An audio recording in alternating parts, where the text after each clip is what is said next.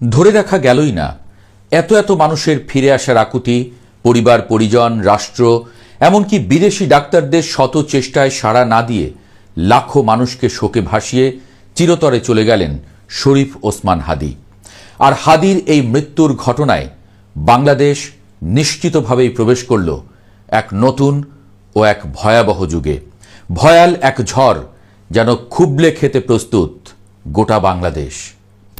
18 December 2025 রাত 10:45 সিঙ্গাপুরে চিকিৎসাধীন অবস্থায় যখন তাঁর হৃদস্পন্দন থেমে গেল, ঠিক সেই মুহূর্তেই বাংলাদেশের ইতিহাসের চাকা এক অনিশ্চিত গন্তব্যের দিকে ঘুরতে শুরু করল।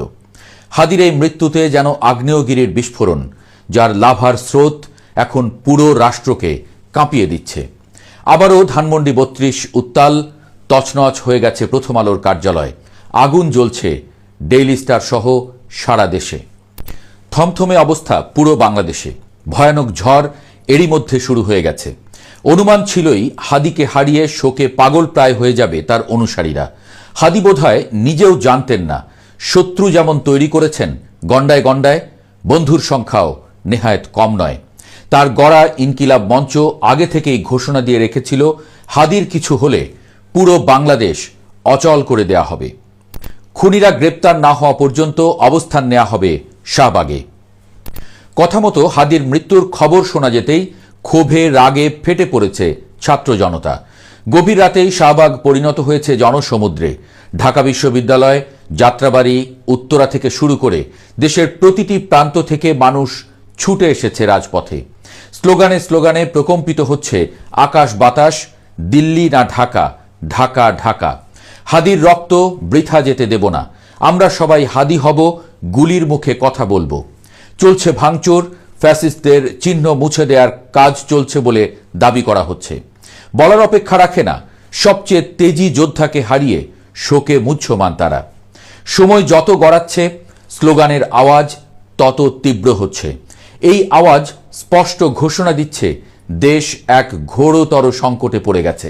এই বিক্ষোভ কেবল শোকের নয়, এই বিক্ষোভ পরিণত হয়েছে চরম প্রতিশোধের। এদিকে শরীফ ওসমান হাদীর হত্যাকারীদের ফেরত না দেয়া পর্যন্ত বাংলাদেশে ভারতীয় হাই কমিশন বন্ধ রাখার ঘোষণা দিয়েছেন এনসিপির মুখ্য সংগঠক সার্জিস আলম। বৃহস্পতিবার রাতে নিজের ভেরিফাইড ফেসবুক আইডিতে দেওয়া এক পোস্টে এই চরম হুঙ্কার দেন তিনি। সার্জিস আলম বলেন, শহীদ হাদী ভাইয়ের খুনিদের যতক্ষণ পর্যন্ত না ভারত ফিরিয়ে দেবে ততক্ষণ পর্যন্ত বাংলাদেশে ভারতীয় হাই কমিশন বন্ধ থাকবে। এর মধ্য দিয়ে ভারতের সাথে সরাসরি দ্বন্দ্বে জড়িয়ে গেল সার্জিস হাসনাতরা, এমনটাই বলছেন রাজনৈতিক বিশ্লেষকরা। গত কয়েকদিন ধরেই হাসনাত আবদুল্লাহ কিংবা ডাকসু নেতাদের মুখ থেকে ভারত বিরোধী কড়া বক্তব্য শোনা যাচ্ছিল। সেভেন সিস্টার্স বিচ্ছিন্ন করে দেওয়া কিংবা ভারতীয় দূতাবাসের ইট খুলে নেয়ার বক্তব্যে ইতোমধ্যেই গরম গোটা অঞ্চল। হাদীর মৃত্যু সেই আগুনে ঘি ঢেলে দিয়েছে। রাজপথে এখন একটাই দাবি, ভারতীয় আগ্রাসন বন্ধ করতে হবে। অভিযোগ উঠেছে হাদীর খুনিরা সীমান্ত পেরিয়ে প্রতিবেশী দেশে আশ্রয় নিয়েছে এবং সেখান থেকেই কলকাঠি নাড়ানো হচ্ছে। যদি সরকার দ্রুত এই খুনিদের ফিরিয়ে আনতে না পারে তবে বাংলাদেশে ভারতীয় স্বার্থ এবং কূটনৈতিক সম্পর্ক এক ভয়াবহ অচলাবস্থার মুখে পড়বে। প্রধান উপদেষ্টার ভাষণ, আশ্বাস বনাম বাস্তবতা। হাদীর মৃত্যুর খবর পাওয়ার পরপরই জাতির উদ্দেশ্যে জরুরি ভাষণ দিয়েছেন প্রধান উপদেষ্টা অধ্যাপক মোহাম্মদ ইউনূস। তিনি এই হত্যাকাণ্ডকে নৃশংস হিসেবে অভিহিত করে বলেছেন, হাদী ছিলেন পরাজিত শক্তি ও ফ্যাসিস্ট সন্ত্রাসীদের প্রধান শত্রু। তার কণ্ঠ স্তব্ধ করে বিপ্লবীদের ভয় দেখানোর অপচেষ্টা সফল হতে দেয়া হবে না।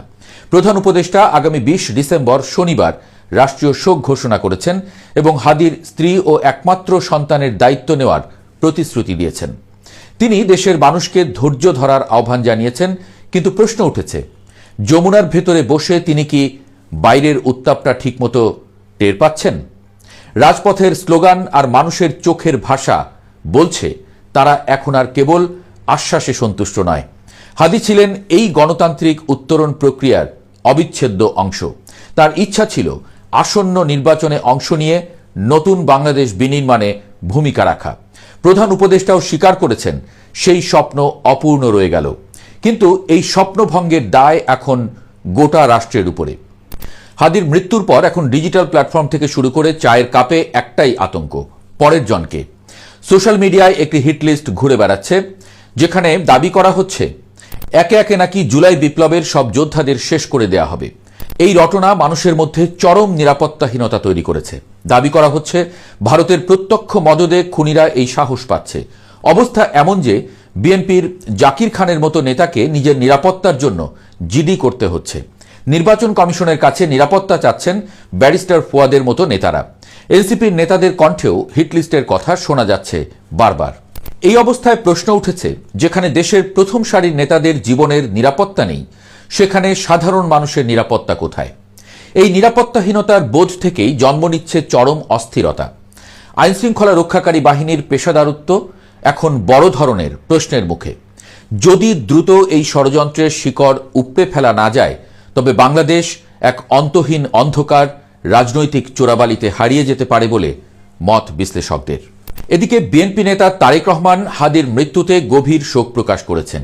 তিনি বলেছেন, এই অকাল শহীদী মৃত্যু আবারও মনে করিয়ে দিল রাজনৈতিক সহিংসতা কত বড় মানবিক মূল্য দাবি করে।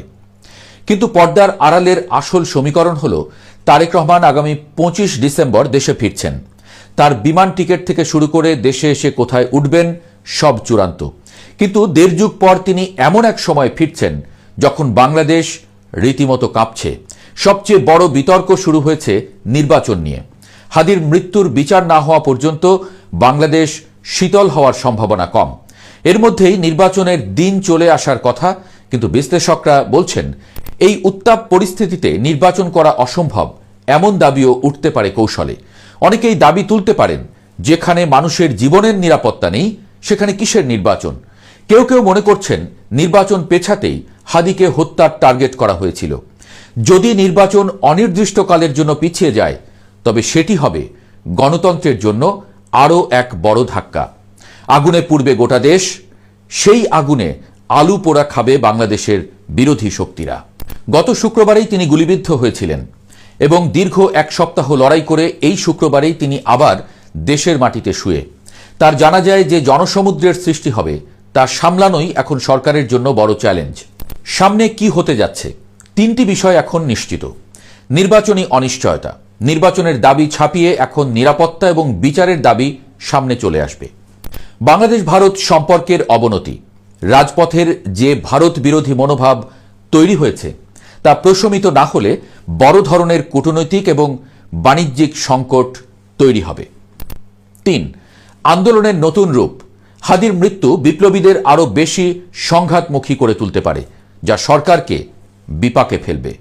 সব মিলিয়ে শরীফ ওসমান হাদির প্রস্থান বাংলাদেশকে এমন এক নতুন যুগে ঠেলে দিল, যেখানে প্রতিটি মোড়ে অপেক্ষা করছে অনিশ্চয়তা আর বারুদের গন্ধ। খুনিদের বিচার আর রাষ্ট্রের স্থিতিশীলতা ফেরানোই এখন একমাত্র পথ। কিন্তু বেছে বেছে যারা হাদির মতো নেতাকেই হত্যা করল এত মেটিকুলাস ডিজাইনে, তারা কি সহজে শান্ত হতে দেবে দেশকে? ভয়ঙ্কর এক গৃহযুদ্ধের পথে দেশ। প্রিয় দর্শক, বাঁচান বাংলাদেশকে।